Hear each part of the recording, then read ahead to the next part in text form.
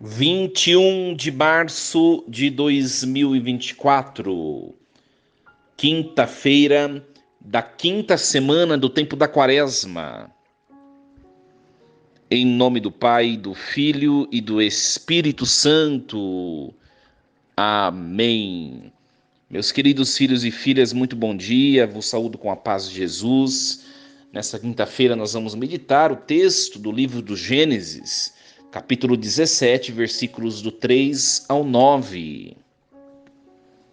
Naqueles dias, Abrão prostrou-se com o rosto por terra, e Deus lhe disse: Eis a minha aliança contigo. Tu serás pai de uma multidão de nações. Já não te chamarás Abrão, mas o teu nome será Abraão, porque farei de ti o pai de uma multidão de nações. Farei crescer tua descendência infinitamente. Farei nascer de ti nações e reis sairão de ti. Estabelecerei minha aliança entre mim e ti e teus descendentes para sempre. Uma aliança eterna, para que eu seja teu Deus e o Deus de teus descendentes. A ti e aos teus descendentes darei a terra em que vives como estrangeiro, todo o país de Canaã como propriedade para sempre. Eu serei o Deus dos teus descendentes. Deus disse a Abraão: guarda minha aliança, tu e a tua descendência para sempre. Palavra do Senhor. Graças a Deus. Meus queridos filhos e filhas, nós ouvimos no último domingo, você que acompanha todas as postagens das minhas redes sociais, você deve ter acompanhado minha homilia do último domingo, e eu falava das alianças, né? Deus, por diversos momentos na história, não vou retomar a homilia, se você quiser escutar, escute a homilia de domingo, né?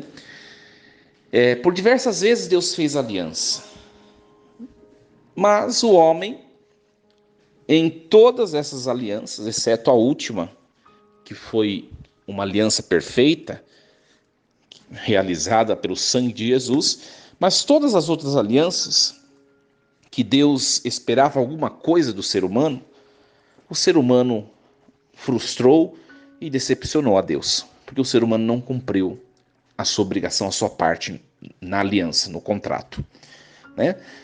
E hoje nós vemos aqui que Deus faz essa promessa a Abrão. A aliança abraâmica é uma dentre essas alianças que foram descumpridas. Aqui Deus faz uma promessa a Abraão e depois Deus vai fazer essa aliança nos capítulos posteriores do livro de Gênesis. Nós vamos perceber que Deus vai selar a aliança com Abraão por meio de um animal, né? E Deus vai selar, vai passar no meio do animal partido, realizando a aliança. Só que o povo de Israel, né? O povo, nesse povo nômade que será conduzido por Abraão, né? Ele vai descumprir a aliança, como aconteceu com as 6 alianças do Antigo Testamento. Ora, e o que nos leva a refletir a partir dessa realidade? Minha gente, o que nos leva a refletir é aquilo que eu falava na homilia de domingo. O que depende de nós acabamos deixando Deus decepcionado conosco.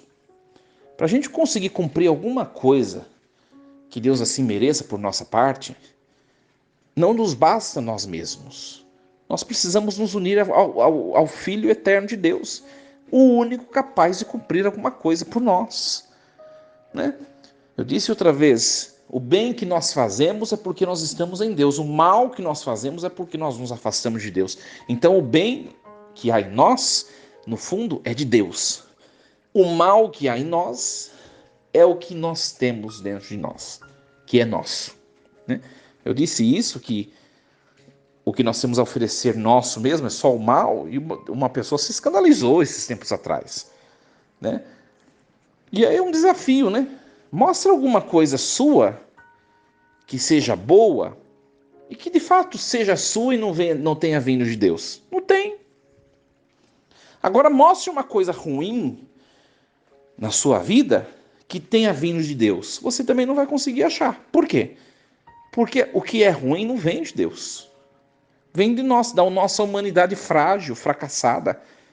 Vem das nossas escolhas frágeis, fracassadas. Vem da nossa humanidade frágil e fracassada.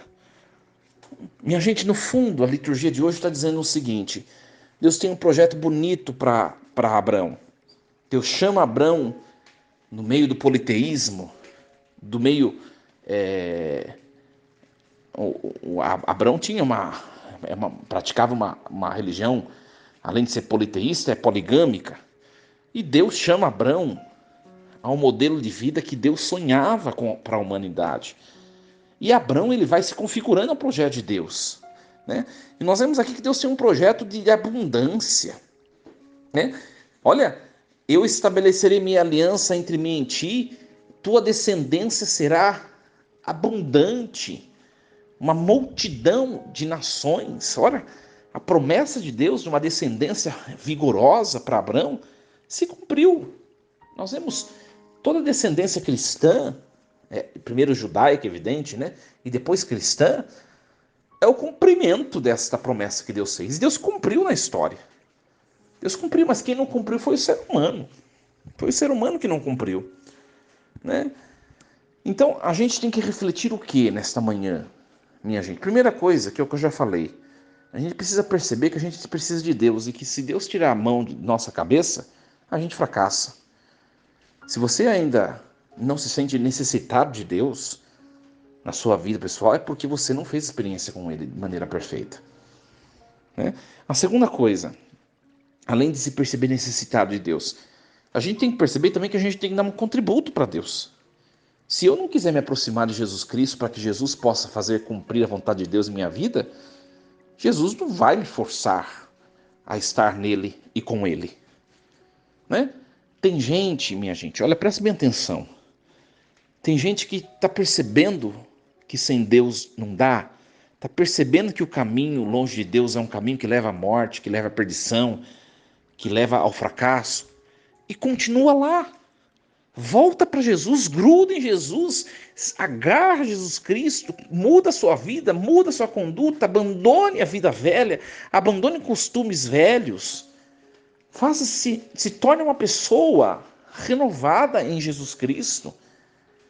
Quando a gente se aproxima de Deus e a gente deixa Deus agir em nós, Deus ele faz realizar o melhor e nós nos tornamos a nossa melhor versão, né? Tá bem essa linguagem hoje em dia, né? Eu quero ser a minha melhor versão. E olha, eu vou dizer uma coisa a você. Você só vai conseguir ser a sua melhor versão se você de verdade tiver a coragem de voltar para Jesus. Senão você nunca vai experimentar a sua melhor versão.